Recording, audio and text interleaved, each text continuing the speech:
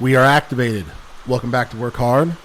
I think you guys have a special treat this evening or this morning. It's raining pretty hard, and so you might hear the patter of the rain on the microphone. Hopefully that will come and go as Texas rain does. Yes, it won't rain forever, and even if it does, I think it's quite nice. This may be a fall asleep episode. This is the tin roof episode. Yeah, the tin roof episode. Yeah, let us the tin roof special. Let our easy speaking voices gently rock you to sleep with the sound, the light pattering of rain in the background.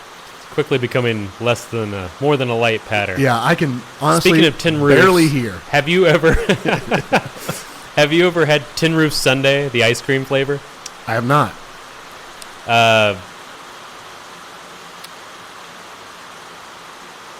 It's like a vanilla ice cream with like a fudge ribbon, and there's chocolate-covered peanuts in it, and it's probably my top 2 or 3 favorite ice creams. Very interesting. Yeah, only a couple of brands make it. I think Winco, which was a grocery store, a discount grocery store in Oregon and elsewhere, I'm sure, but where I come from, there's one in Denton. There's a Winco in Dallas. Is there? Okay. Yeah, there's at least one. I've been to it. Yeah. Yeah, it's great. It is great. Yeah. Oh, you've been to it? Yeah. Oh, yeah. We used to go all the time. Winco's fantastic. The bulk foods section, giant bins. That's the way to buy. Oh yeah. Just with a big shovel scoop. I will take 3 scoops of granola. Yeah, no, but Tin Roof Sundae I think was a Winco brand. I might be wrong. But I'm sorry. What is the Texas brand of ice cream like? The Bluebell? Bluebell. Yeah. It is. Okay. I thought I was getting that wrong. Bluebell makes occasionally they'll have a tin roof. Oh, that's like a special they release sometimes? Yeah, seasonal or special. Occasionally it'll come out. Okay. Anyway, I got some in the freezer and it's fantastic.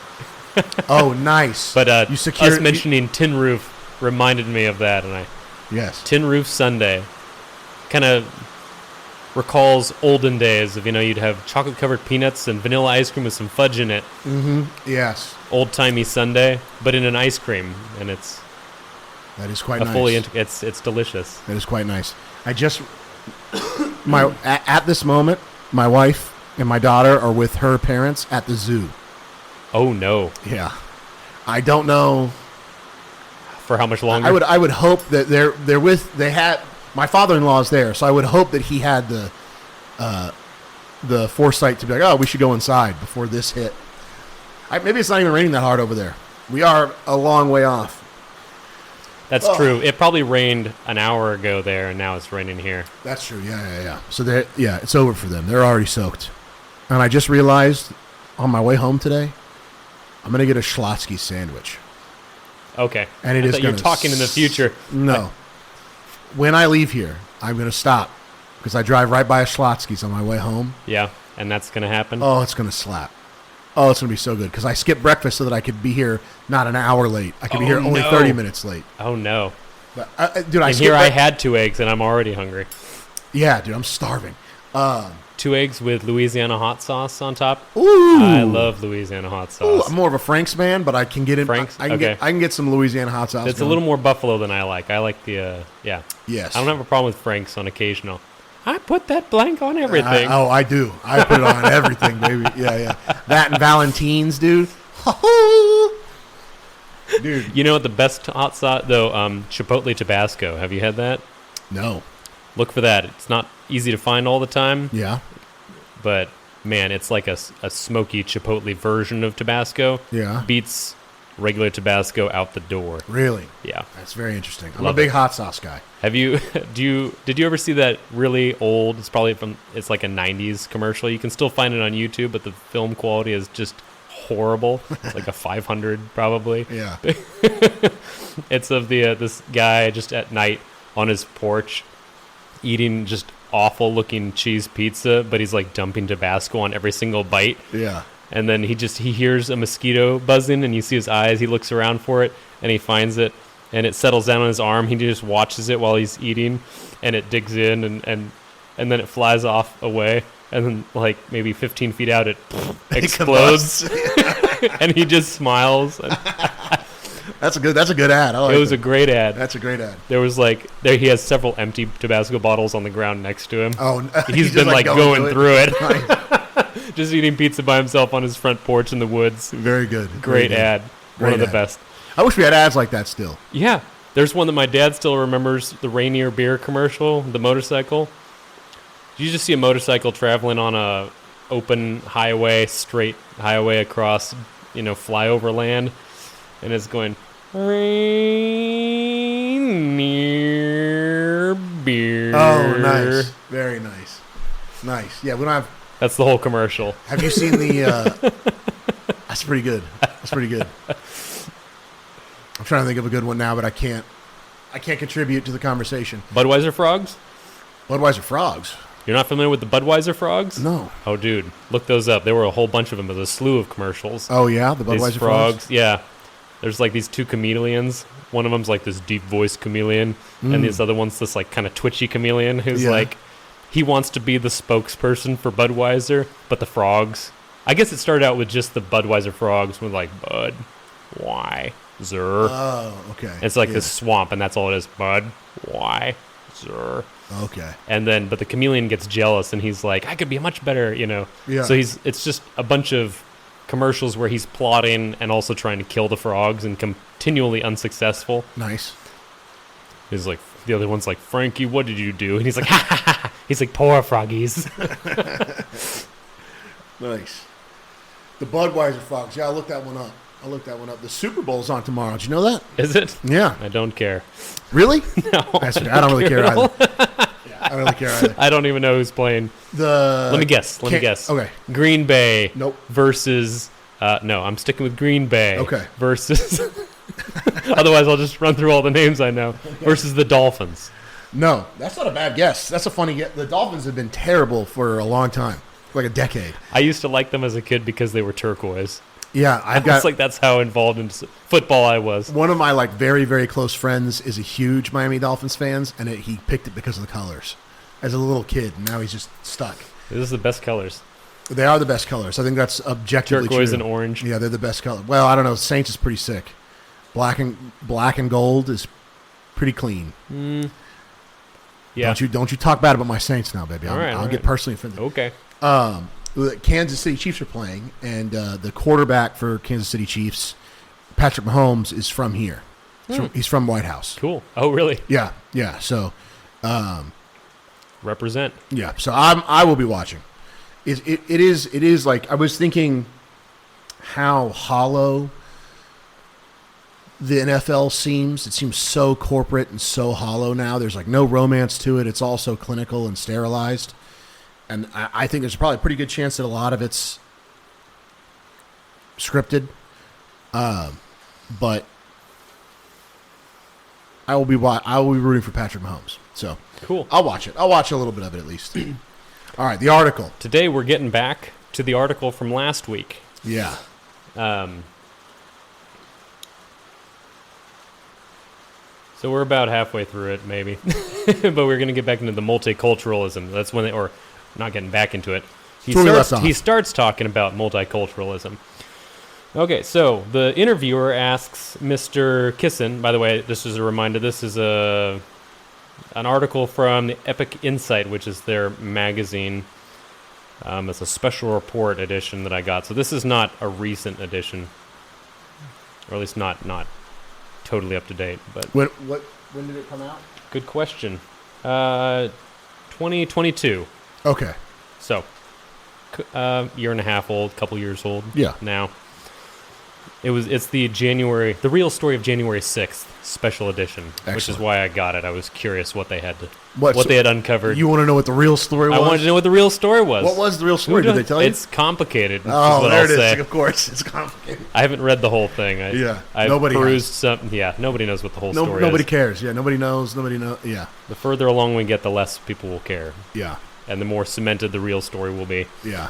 Or the official story. Anyway, the interviewer, Jan, says, "Your critique of multiculturalism is one of the most thoughtful and interesting things that I've come across." Mr. Kisin responds, "The difficulty in Western Europe, I know less about the United States, is that we don't understand the meaning of a multi-ethnic society, where people from different ethnic backgrounds and religious groups live together peacefully. It's a challenge, but huge benefits come from that in terms of innovation, drive, and creativity.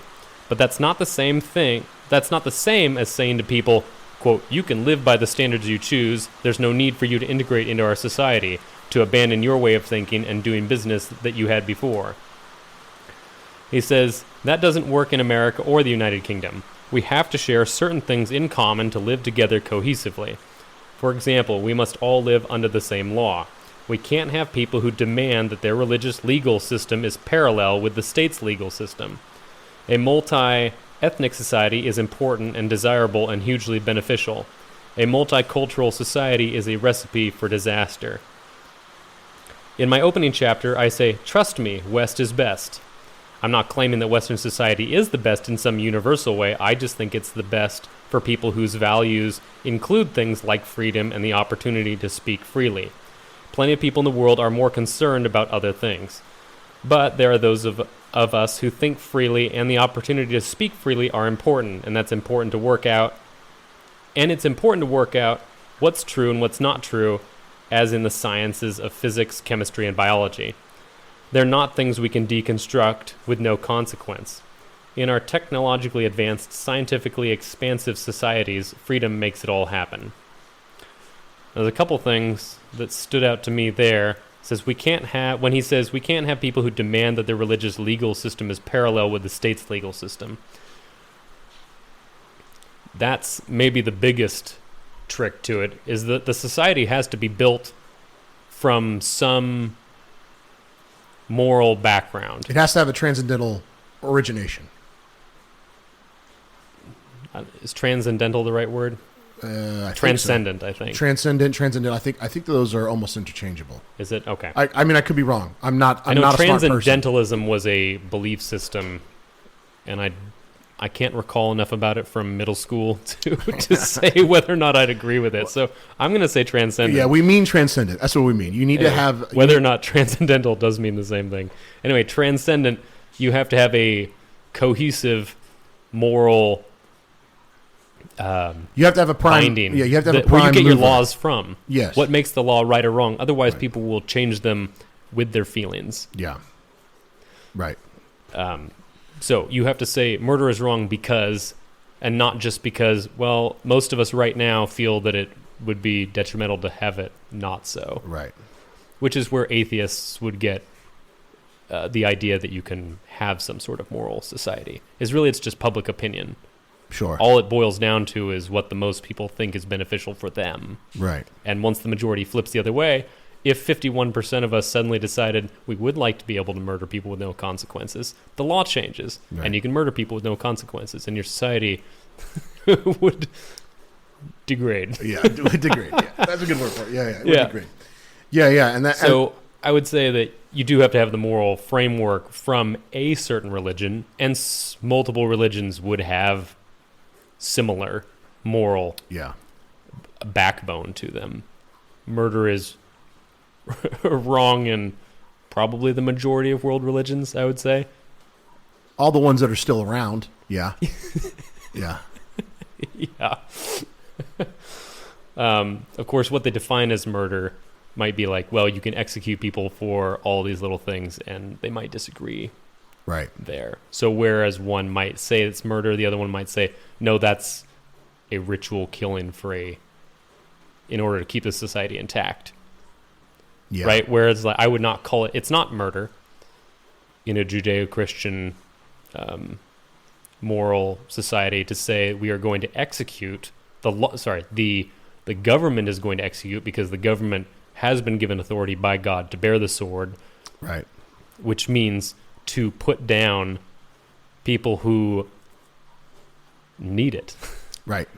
in order to keep the society together. You cannot have murderers who live forever in prison and have the opportunity to murder prison guards, other inmates, and continue to suck money out of the system. Yeah. Like, we shouldn't have to... It's not moral to continue keeping those people alive. Like, for what? Yeah, for what? We've talked about this before. That's almost a graver punishment than keeping them alive. They're miserable. Right. It's like, give them the punishment they deserve. They have opportunity to repent still. They can repent in the moment. They can apologize. They're still going to bear the brunt of it. Just like with my children, it wouldn't be loving of me to not discipline my children for breaking the rules, even if they go in, oh, I'm sorry. And even if they're genuine about it, because in the moment when you're about to be punished, you're usually pretty genuine about being sorry for it. Yeah. I'm sorry I stole the candy. Yeah. No, you're still getting a spanking because it's an established rule. You stole. Right. Yeah. You're not getting out of it. Right. Sometimes there's mercy, but more often than mercy, there has to be an upholding of the rules and the discipline in order for there not to be further delineations from certainly the rules. Yes, absolutely. Yeah, and I think one thing that is also important to note is that when it comes to rules, I think this idea that you can't derive the laws, making the demand that the laws of the land operate in conjunction with the moral code that is established by your religion, that's foolish. And primarily because you cannot have a multicultural society. I would even argue to say that it's very risky to have a multi-ethnic one. But you certainly can't have a multicultural society because different cultures have different rules. And if you're going to have a multi-ethnic society, then at the very least, everyone needs to understand what the rules are. Mm-hmm. And so you need to have one set of rules. And they're opting into it by coming to the country. This is a country, the United States is a country that was already established with the Constitution, which was based on Judeo-Christian ethics and morals. And so everybody who emigrates to the country has to abide by those minimum rules. Yeah. You cannot say, we're going to have a ritualistic killing of this woman who is unfaithful. Yeah, we're going to honor kill this woman because she disrespected her parents. Right. No, you can't do that. Right. Stay in your own country where that was legal if that's really the most important thing to you. Yeah. If that's a non-negotiable, you can't move here. Yeah, you can't come here. You have to give that up. Right. And it's not unjust of us to say that. Yeah, and this is a different country. Right, it is a different country, and you have the right to rule your country as you see fit, and so do we. Exactly. Yeah, and if you want to go eat to a country bugs where and honor kill people, you get to eat bugs and honor kill people. Here, we're going to eat steak. Meat. Yeah, we're going to eat meat and live open and free lives and not honor kill people. Mm-hmm. Yeah. Yeah. Yeah, and so I think that's. I think it's really important, and then I really have a lot of disdain for him making this argument about how great and open and free and fair Western society is, and then trying to act like that it's secular in some way. It's divorced from Christianity, like. Right, he's ignorant in that way. Right, it's a blind spot for him, it seems. Certainly. So he's got part of the truth. Right, but he's coming, and this, to be fair to him, he's coming out of the Soviet Union. Which is an incredibly secular society. Right, and so his background is not in Judeo-Christian. He doesn't recognize why it is the way it is. Yeah, he's not even thinking in terms of religion at all. Yeah, which is a very non-religious person kind of thing to say. Right. To go, well, you can't have your religion be in charge of things. Exactly. Yeah, that would be disastrous. Yeah, but then I couldn't. Yeah, which a lot of that just.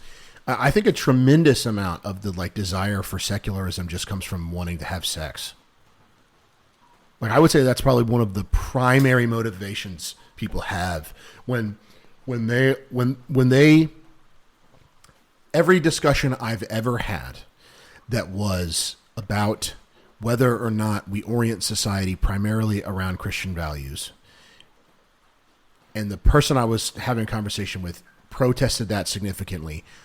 Their motivation almost every single time entirely came down to, I want to have sex when I want to have sex with who I want to have sex with. Now that may be because almost all those conversations happened in college where everyone was thinking about sex all the time. But that was a huge thing. And so I wouldn't be surprised if that's also, if you start talking to him personally, what's your thing? What's your beef with orienting stuff around religion? It almost entirely comes down to holes. Yeah. which is an interesting. So then we get into what does freedom actually mean? Yes. Freedom. What does freedom actually mean? You cannot have total freedom is bad. Is you bad. heard it here first. It's also not freedom. It's not freedom. Right. Total freedom is not freedom. It's childlike. Total freedom for every single person to do exactly as they wish at any point is anarchy. Yeah. You will have exponential rapes and murders. Right. So and selfish behavior up the wazoo. Oh man, this is great. You excited? Yeah, I'm so excited. Listen, all right. Freedom. I want to make a distinction between freedom and liberty. I think freedom. Please do it. Freedom is bad. I think freedom is immature. Freedom is childlike. Freedom is rebellious. Freedom is not serving anybody, not on an individual level, not on a group level. It is not helpful. No one should aim at freedom. Liberty, on the other hand, I believe, is what people want and is what the United States aims at. What the United States aims at, what a republic aims at, not a democracy, a republic, what a republic aims at. Liberty, on a fundamental level, liberty is about the defense of property rights. Liberty is? Yes, the defense of property rights. Without property rights, you do not have what we would consider freedom. You do not actually have what you're thinking about in your head when you're thinking about freedom. If you do not have the right to own property, you do not have freedom. And if you have, what I would refer to as freedom, this total, anybody's free to do anything, you don't have property rights. Your right to your own property is defined by your ability to defend it, your own strength, which is not optimal. No, you don't want to be on constant guard from pillagers. Right. Yeah. Squatters. Right. So homeless people in tents all over your property. Yeah, people trying to kill you constantly because you have nice irrigated something. land. Yeah. Not even that. They would just take whatever's readily available and ruin the rest because they have no forward thinking and planning. Right. They're just pillagers. Yeah, they didn't even work for it. Yeah, so I think that's an incredibly important point. Yeah, thank you for bringing that up. Well, you brought it up. Well, you brought up the liberty. The distinction between liberty and freedom. Oh, yes, sure, yes, yeah. Okay, I led into it and you expounded on it. Yeah, that's beautifully, sir. Thank you very much. Thank you. Yeah. I appreciate that. I might light another cigar. Give that man a cigar. Yes, liberty and freedom are two different things. I know they're not in the popular lexicon. They're not, but I would. There's our T-shirt. There we go. Liberty, not freedom. Liberty, not freedom. There's a. Yeah, if I die and the thing that I contributed to the cultural progress of the Western canon is that people drop the word freedom and start using the word liberty, I will die a happy man. But back to the topic at hand, the primary topic at hand, which is multiculturalism, multi-ethnic cultures. So in a multicultural society, which you shouldn't have multicultural societies. I do appreciate that he makes a distinction between multicultural and multi-ethnic. In a multi-ethnic society, you're not saying we shouldn't have any brown people, right? In a multi-ethnic society, hierarchies are going to exist no matter what you do. You cannot flatten out hierarchies. No, you can't. Hierarchies people exist. naturally orient themselves right in hierarchies. Yes. Because God naturally orients himself in a hierarchy. It's how we're made. Yes, it's how we're made. There's a hierarchical structure between the Father, the Son, and the Holy Spirit. And so reality will reflect that because God is ultimately reality. So you cannot preach. You cannot flatten out hierarchical structures. In a multi-ethnic society, this is going to be tough. It's going to be hard to hear. I promise it's not racist. In a multi-ethnic society, you have to have one ethnicity be the dominant force in that society. They have to be the ones making the rules. They have to be the ones not necessarily enforcing those rules. Obviously, everyone can be involved in the enforcement of those rules, but there has to be one ethnic group that is making the rules, and one ethnic group that is okay, this is their country. All the other ethnic groups can come here and enjoy the benefits of those countries as long as they play by the rules, but there is no question about whether or not... Which is the way every other country is. Every other country's that way. So I don't... Yeah. Yeah. But we have this idea that because it's a melting pot, everything has to be blended perfectly. Yeah, we have to smooth Which is it out. interesting. You can't. A melting pot means we'd all be the same shade of light brown because we had been mixed so thoroughly. Yeah. And we'd all eat the same blend of fusion food. Right. There'd be like Thai Mexican burgers, you know, Yeah. Yes. with French fries and soy sauce. Which kind of sounds good, but I'm sure it would be good. And that brings me to another offshoot. But No, it's the food. yes.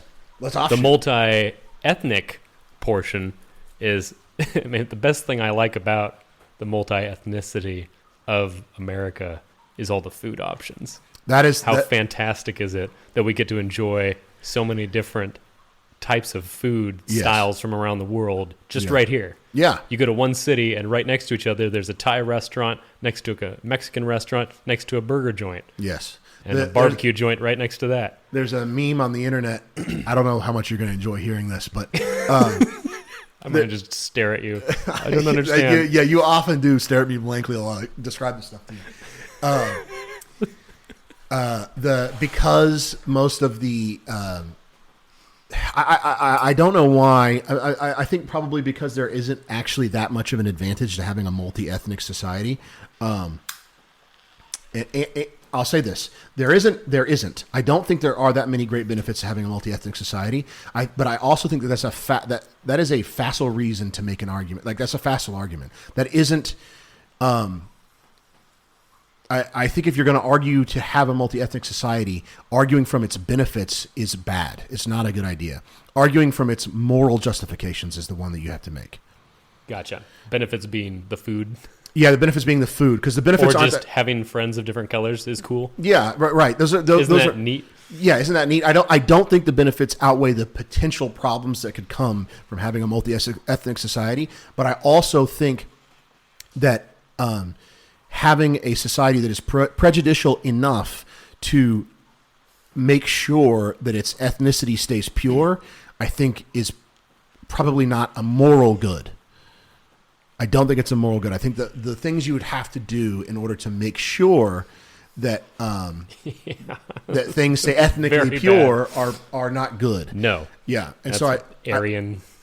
Right. That smacks strongly of Aryan society. Right, exactly. And so I think now, obviously, I am not advocating to throw open your borders and allow the throngs of the third world to enter into your country, enjoy some sort of social welfare, to take away jobs from native-born people. I'm not making that argument. We should obviously dude, honestly, I think at least right now there shouldn't be anybody coming in. There should be no legal or illegal immigration into the U.S. We should be pushing people out, not keeping people in, or allowing people in.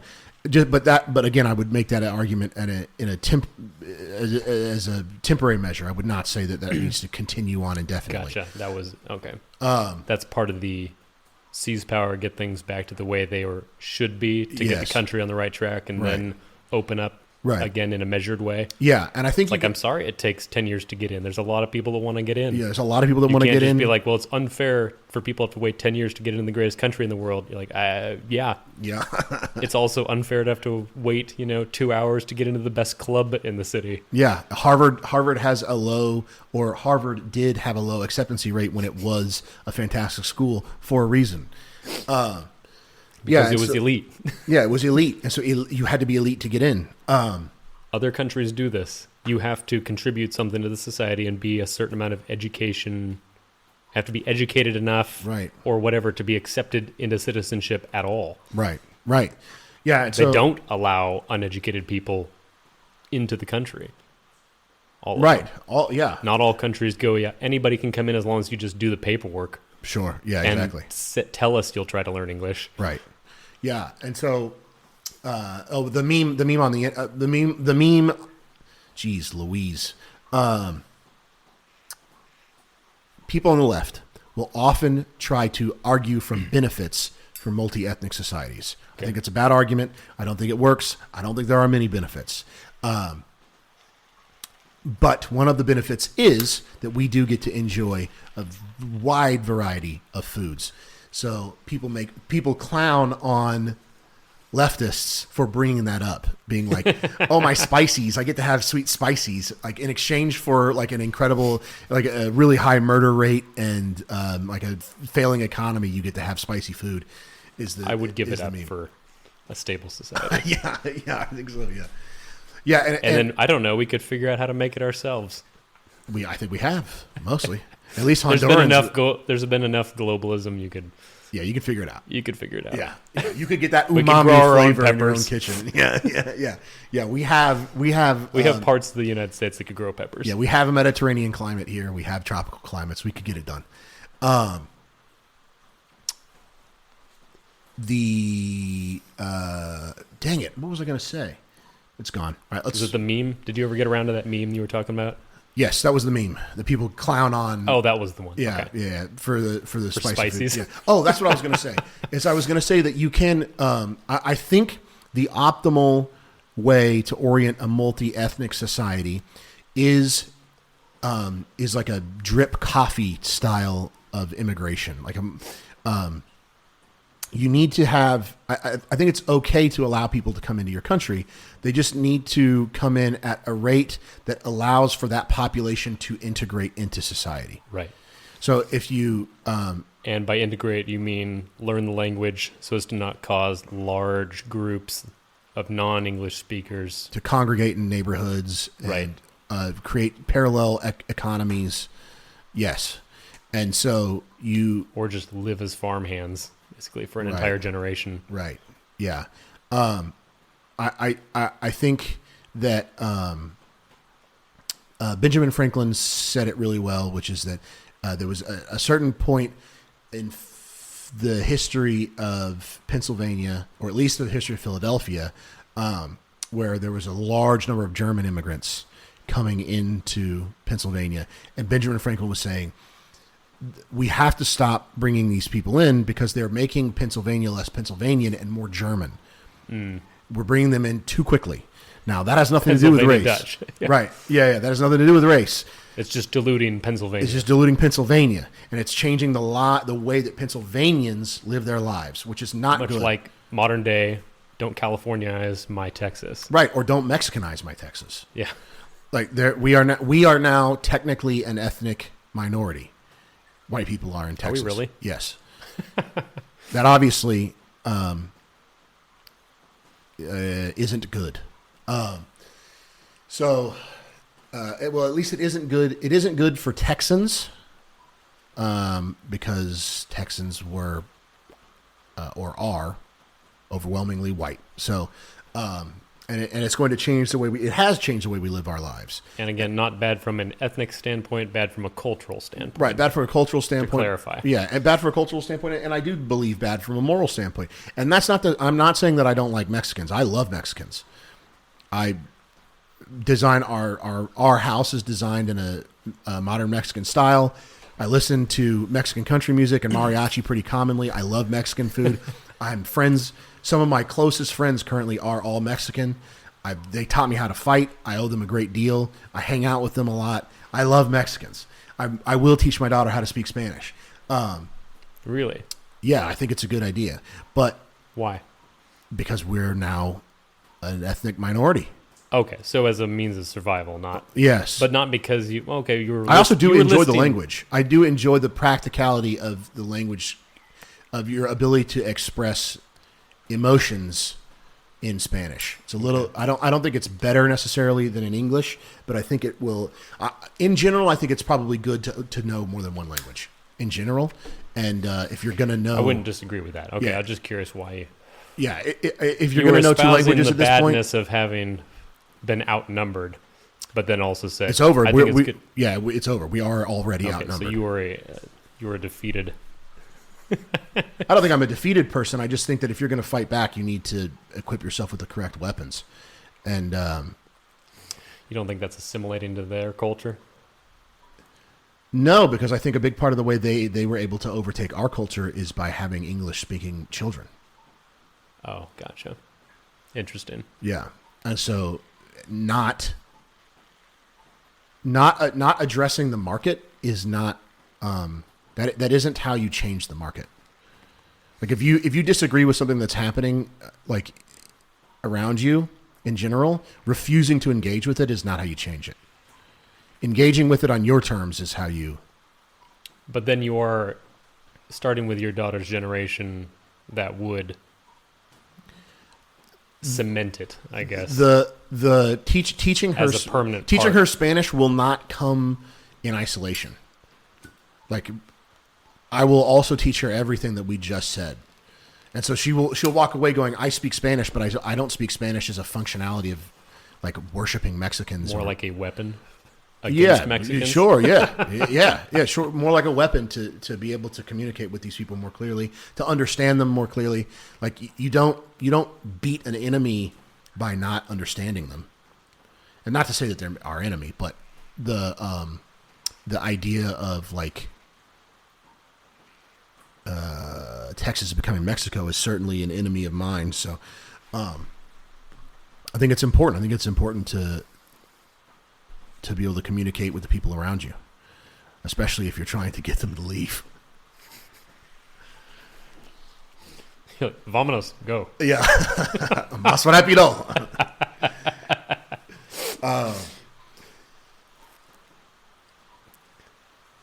Okay, so how do you feel about that? You want to keep going?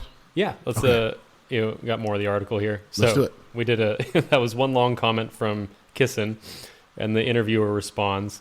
Maybe I'll read the last little bit of his previous comment that we just read, just so we can get the flow. Let's see. Kisin says, they're not things we can deconstruct with no consequences. In our technologically advanced, scientifically expansive societies, freedom makes it all happen.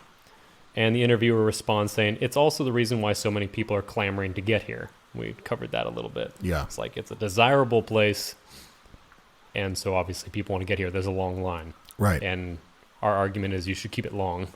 Yes. Mr. Kisin responds says, right. Only a society like this one allows you to achieve your potential.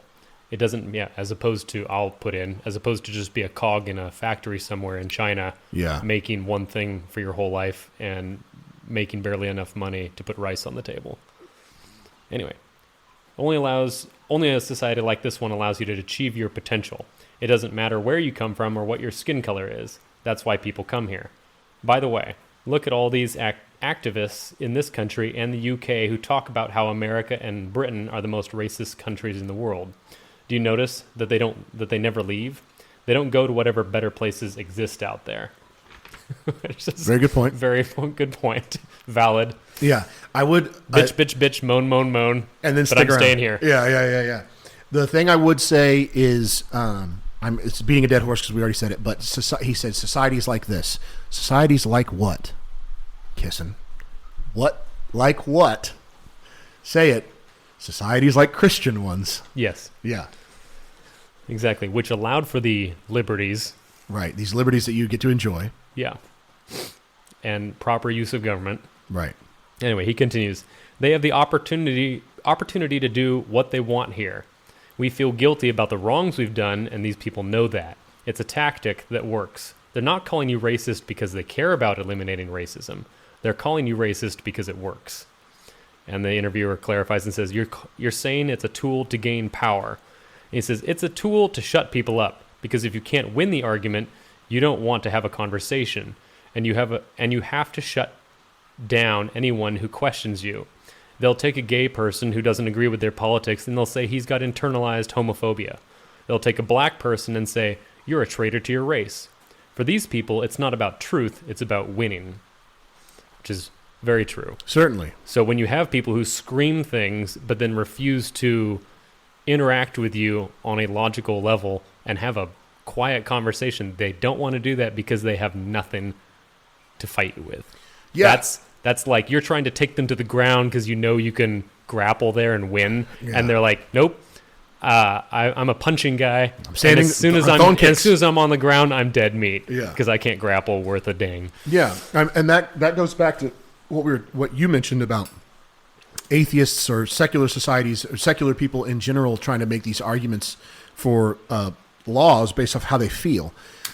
If you do not have a foundational religious, a transcendent idea to appeal to, then the laws you make really are just about power. it is just about getting the 51% of people to agree with you. Just what the majority opinion is. Yeah, morality does become a function of who's in charge, not a function of anything solid or anything transcendent. It becomes a function of who has power right now, and that becomes the game. Right. The game becomes... Then it's just a power struggle between however many political parties there are. Right, exactly. And so it becomes war. It just becomes war. Mm-hmm. And now it's not violent because we vote, but that's only temporarily.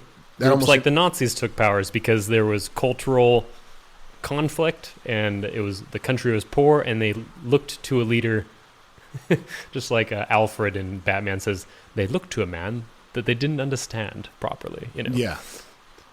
Like the mobs were in trouble, and so they looked to the Joker for help, and they didn't understand him properly, and it ended up he just wanted chaos and destruction. Right. And so the Germans looked to Hitler, not understanding him fully, and it was disastrous. Right. For Germany. For a lot of people, but Germany especially. It didn't get them out of the I want to make that in. point. Like, I think that's one of the points that I see missed in the discourse in general on the right, because there's a lot of like reactionary defense of Hitler these days. And one of the things really? I want to make very clear is that on a practical level, and you can say, oh, well, if this didn't happen, if America didn't do this, if the Jews didn't do this, if this didn't do whatever, blah, blah, blah. Well, they did. And it did happen. And Germany was torn in half and flattened.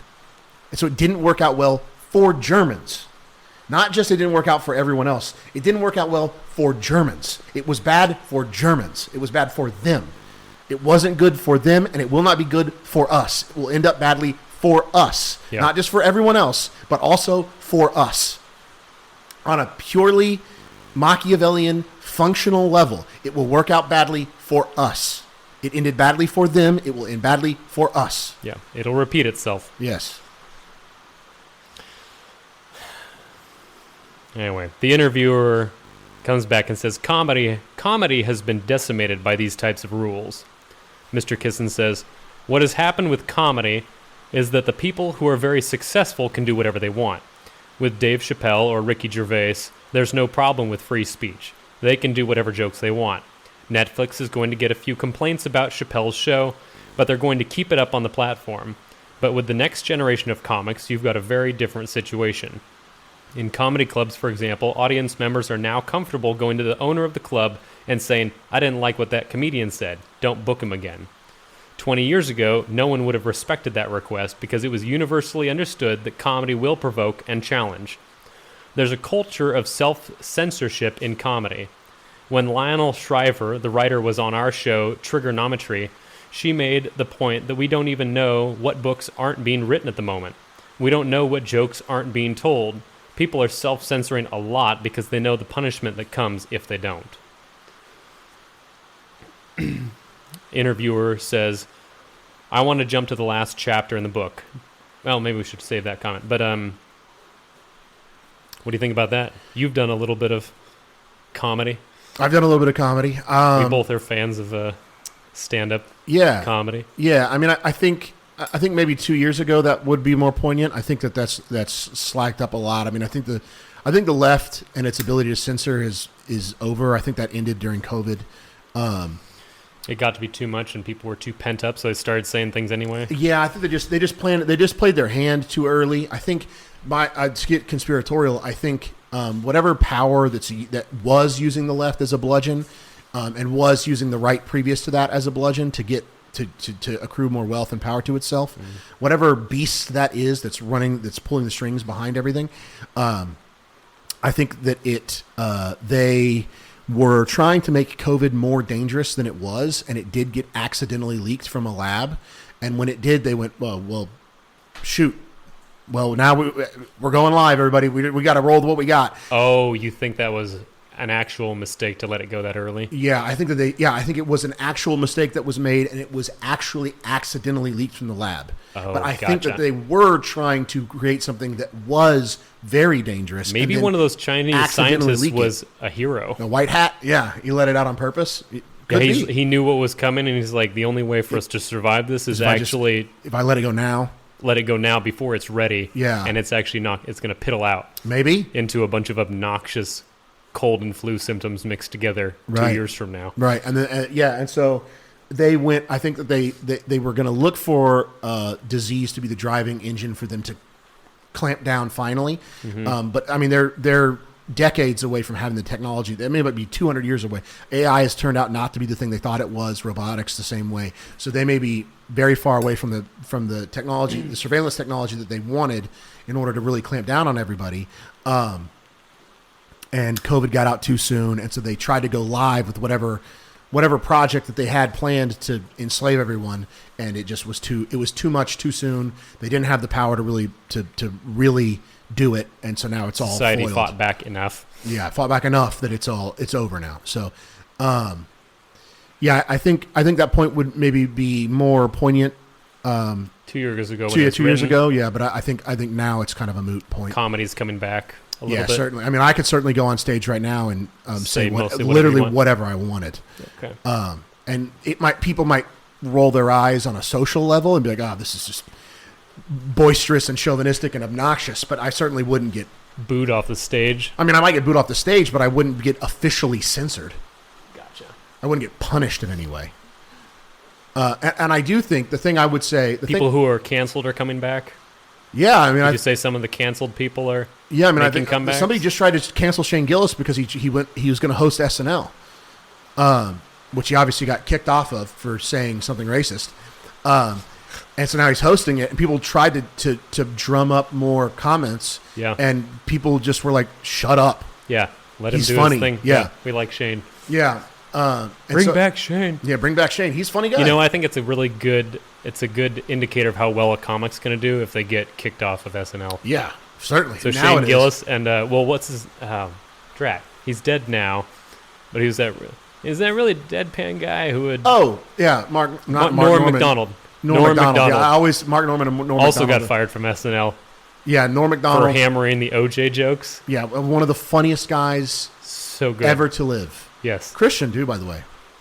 I got that impression possibly from, yeah. He claimed he was a professing Christian.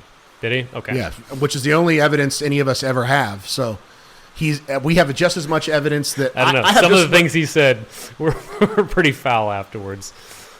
I think you can suffer from darkness. Yes. So I think you can Yes. suffer from very significant darkness and still. I sure hope I meet him. Yeah, I would love to listen, spend eternity with that Yeah, guy. I hope Norm Macdonald can be forgiven for his sins so that he can go to heaven. Because if he can't, boy, am I in trouble. So, No, I'm not talking about forgiveness of sins. I'm talking about evidence of a changed life. That's Oh, what I'm, yes. Yeah, I'm yeah. talking about fruit. yeah, Good fruit. I think he was a Christian all the way through. Yeah. So I think his behavior, the reason you never witnessed a change in his behavior is because that was his behavior as a Christian. Gotcha. Yeah, as Some people abhorrent are not as a nice, polished Christian. right. Yeah, there are very rough Christians out there. Yeah. Yeah. Yeah. Thank goodness we do not guys. get to decide who is and is not Christian. That is in the Lord's hands. Yeah. Praise God. Yeah. No, I like Norm a lot. But yeah, fired from SNL for doing jokes he was told not to do. The OJ jokes? That's funny. I didn't know that. I didn't know he got fired from SNL. I think one of the whoever runs SNL or one of the higher ups was like buddies with OJ and didn't Okay. like them Ah. and told them to cool off a little bit about the OJ jokes, and Okay. he kept on doing them. Yeah. Got himself canned. Yeah. I get that. I get having a compulsion to. Yeah, I get it. I get that. Yeah. Yeah. So, but I also another point I want to make is that I do think that having on a social level, I don't think enshrining cancel culture into law is a good idea. Obviously, but you are going to have you're going to have social norms about what you can and can't say before people will get so angry that they'll start throwing tomatoes at you. Mm-hmm. Right? That's going to happen. And you are going to have... That's fine, and that's right to a degree. Right, yeah, and I think, like... there should be things you get tomatoes thrown at you for. Yeah, there's... Shouldn't be able to talk about dead children, maybe. Sure, yeah, you shouldn't be able to disparage someone's dead child. I think that there was a time there was a time in American history when it was illegal to say that Christ was not the son of the triune God. And I don't know how I feel about the legality of that, but I certainly think that it's hard to argue with the fact that on a social level, it's not good that people would get upset. Should have been shamed or shunned for doing that sort of thing. Right, exactly. And so I think cancel culture is not necessarily bad. I just think it's where are you aiming that? Where is that being aimed at? If you're canceling things that should be canceled, probably not bad. If you're canceling things that shouldn't be canceled, obviously that's bad. The discussion needs to be around what ought and ought not be canceled. Okay, interesting. Yeah. All right. I think this will wrap us up. This will help wrap us up. Okay. Interviewer says, I want to jump to the last chapter in the book, 10 Ways to Destroy the West. Number 1, see everything in terms of race. 2, embrace self-loathing. We've covered that. Yeah. 3, make everything political. Yes, I mean everything. 4, get your political opinions from celebrities. I think I was commenting to my wife recently, it's funny how, talking about the weather was considered like the safe thing, but now because it's linked to climate change, even that's been politicized. Yeah. You can't go, hey, it's raining heavier than it usually does, and people are like, you know why? 4, get your political opinions from celebrities. 5, remember truth is a lie. Certainly. Yeah, so relativism and who can know ultimate truth is a fool's errand, and that will... earlier, he had a comment about questioning ourselves endlessly is counterproductive. It's not a productive, those kind of people are like, well, we need to tear society down to the very floorboards, the very foundation in order to build it back up again. Right. It's like, in some places, maybe, there's so much dry rot, you do have to tear it out completely because it's so rotten, but like the police, for instance, people will say, defund the police because we got to get rid of all of it before we can rebuild a good police force again. Right. It's like, well, some precincts maybe do need to be gutted. Yeah. Like there are corrupt ones and they need to be burned to the ground and reinstated from the captain or whoever is at the top who's the one keeping it that way. Yeah. He's the problem. Right. He's allowing it, and he's not allowing good cops to operate as good cops. Yeah. So find the most foundational member that's rotten and tear it out and build back up from there. But maybe not down to the foundation everywhere. I don't even necessarily know you have to go down to the foundation. There's a book called Always with Honor that's it's the memoir of one of the primary generals that was fighting on the white side of the Russian Civil War. So he was fighting against the communists when they were taking power. Okay. And he tells a story about how there were him and his men. I think he had like 3,000 men or 6,000 men under his command at that point. And they had a battle, and they won, and they took like 3,000 prisoners. And he just had all of the officers from the Bolshevik side brought up in front of the 3,000 men that he had arrested. Yeah. Had them all shot in front of everyone. And then he just said, listen, you've been misled. And these men are the men who misled you. I've executed them. You are now soldiers on the white Russian side. You're being conscripted into the Russian army, and you are going to serve under me as valiant men. And they just did. Yeah, because they were followers. Yeah, they were followers. They were good soldiers. Yeah, they were soldiers, and they just did. And then he said they went on to be one of our most productive, valiant, and brave groups of soldiers. Sure. So, I think so. You could execute the captain. Yeah, you could just hang him and then be like, "You've been misled. Yeah. We are no longer going to tolerate bribes. We're no longer going to run drug side businesses. Right. It's all over. We're no longer going to beat black people in the street for no reason. Yeah. Or beat anybody in the street for no reason. We're not going to just stop at black people. Yeah, beat everyone in the street equally. Okay? Yeah, beat everybody in the street equally. Yeah, we're not going to lower the standard. Remember, the beatings will continue at a high until standard. Morale improves. Yeah. Yeah, so continuing with his list. Where was I? Remember, truth is a lie. Yeah. 6, promote socialism through bad capitalism. I think we talked about this Dude, a couple weeks ago. Yes. About how you're judging capitalism when it's being crony capitalism when it's in bed with government. Crony capitalism, by the way, is democratic socialism. They're the same thing. They're the same thing. All right. Democratic socialism and crony capitalism are the same thing. Rebranded. Yes. Well, I think crony capitalism to me is a word that true capitalists, true free market people use to disparage what's actually going on. Right now, certainly, which is that and private organizations... Because they're going, hey, that's not capitalism. That's right. crony capitalism. Right. Private organizations are using the government to suppress competition so that they can stay on top. Communism is the government, though... Is the reverse. Yes. Democratic socialism... democratic... Sorry, go ahead. Yeah, democratic socialism would be the idea that you have a socialist environment that's entirely controlled by a democratic government. But it's just... The problem is that... crony capitalism is maybe one step away, because I would say that... Well, it just looks the identical. Corporations are powerful enough that they are the government, essentially. They're influencing the laws to their but you would have benefit. you would have the same thing in a democratic socialism, because the power just all it is just centralization of power. So it would just look identical. It's just coming from two different directions. Right. They're playing Yeah, off so of it's each either other. yeah. You rub my back if I rub yours. Right. And so they look identical ultimately. Okay, I gotcha. 7. Start a battle of the sexes. Done. Got it. We did it. Got it. Thanks, Andrew Tate. Yeah. 8. Drink the Kool-Aid of cultural relativism. 9. Yeah. Encourage porous borders. Yeah. Yep, got it. Got it. And 10. Be a useful idiot. Thanks, Ben Shapiro. Ben Shapiro being a useful idiot? Yes. Holy smokes. And he says, which of these is the biggest problem? And he says, useful idiot is the biggest problem. He thinks useful idiot is the biggest problem? Yes. Okay. Let's let him expound. Yeah, all right. There are some people who may have malicious intent, but I don't think they're in the majority. The problem isn't evil people running around who want to make things worse. The problem is people who buy into an ideology that gives them permission to do terrible things in the name of the greater good. Those people are the biggest danger to everyone in society. They are the useful idiots. This is the power of bad ideas, Jan. It can make people do terrible things and then feel good about it.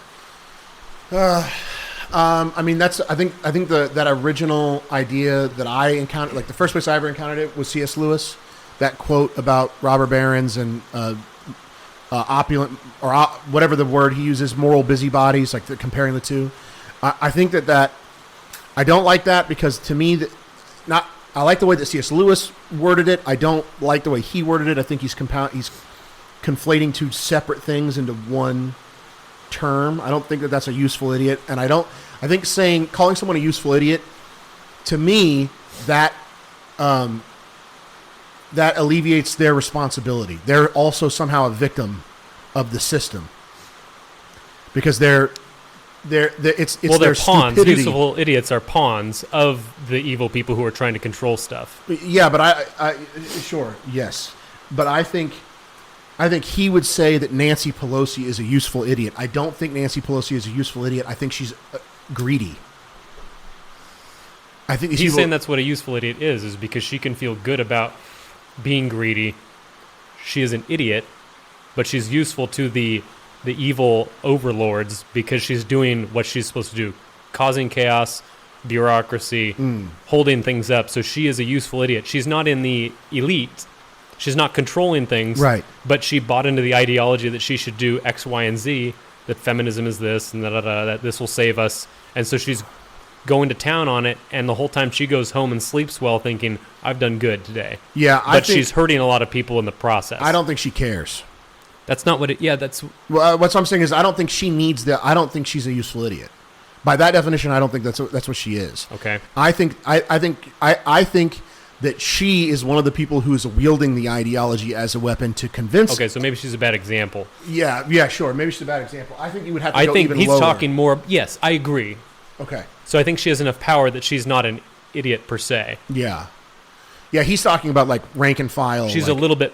I think that's what he's saying, is the people you and I run into. Yeah, okay. The people who scream in the streets, you're transphobic, Right. The people in the gay pride parades are useful idiots. Yeah, okay. Yeah, that I agree with. And I and don't those know. are, yeah. So I don't know if that's the know if biggest it's threat. the biggest threat. Yeah. I think it's more complicated than that. Yeah. So certainly. the interviewer kind of put him on the spot there and was like, "What do you think the biggest problem is?" And maybe the most obvious problem are the people running around in society, making it chaotic. Clown world as a Yeah. clown Certainly. You know world, what? as, Actually, as Doug Wilson would say. Yeah, that does make sense. That, especially in 2 years ago, I would imagine that would have been the most visceral problem. So it would make sense that you would think that is But it's not how you fix people. Those are the soldiers. right. Right. Those are the soldiers. You turn them around, you execute the leaders and go, "You've been misled. You're now going to be good citizens or we'll throw you in jail. Your choice." Yeah. And because they complied with the previous Regime. power and Yeah. regime, they're going to turn around and go, "Okay, I guess I will let my hair grow long, stop dyeing it, and have children and Yeah. behave. Yeah. By the way, I think. Or I'll be an outcast of society because then I won't be able to provide for myself." Yeah, certainly. So it's like you can scream and rant all you want off in the desert by yourself and die that way. Yes. Or you can conform to the society at large. So the useful Yes. idiots aren't necessarily the problem. No. They are the outworkings. Right, They're the they're a most symptom. obvious symptom. Right. Thank you. Yes. Yeah. My final statement, as we've hit our hour, is there's a bumper sticker that I often not anymore, but when I lived in Austin, I used to often see well-behaved women didn't make history. Rarely make history. Rarely make history. Yep, hate it. I would say that is retarded and incorrect. I would say probably the most well-behaved women in history were the ones making it, of the women who did make history. I get what they mean, so I don't disagree with it entirely. I think what they mean is the housewives didn't make history. Yeah. I don't think the ones they're thinking of were wild, crazy people. They also, the ones they're thinking of, the history they made will be remembered as extremely tragic. The women who would put those bumper stickers on their cars, Yeah. the women that they're holding in their minds as the ones who made history will, in 200 years, be looked at as villains of history. They will not be looked at as heroes. Like whatever that justice was who died Yeah. a few years ago. Yes. Oh, Yeah. my And goodness. the first, second, and third wave feminists, like those women will be remembered as In infamy. Yeah, in infamy. They will not be remembered as famous, renowned people to be modeled after. They will be looked at as fools and villains. Yeah. Margaret Sanger. Yeah, exactly. All right, man. Another hour down. Another hour down. That pretty much concludes that wrapped up the article. Nice. Very good. Cool. Nice and neat. Nice and neat. Any closing statements? Anything you want to say? I have nothing else to say except be good, follow God, go to your local church, Yes. find a wife, Have have some kids. babies, get the birth rate up, okay? We are below replacement levels in the U.S. Yes. If everybody had 3 kids, we'd just barely be making it. The only reason our population goes up is because of immigration. Which is not good. It's not good. That's very bad. Yeah. Yeah. So don't listen to the overpopulation people. Oh, my goodness. No. Yeah. We should have an episode all about that. We can. We certainly We'll will. bookmark it. We will bookmark that. We'll bring it up later. Yes. Overpopulation. Turns out that's actually a sin. It's a sinful ideology. Yes. Yes. And it leads to terrible and horrible things that Yes. people do to other people. So, All right, guys. have children. Raise them in godly ways. Raise Praise them- God. Jesus is Lord. We love you guys. We'll see you next week. See you next week.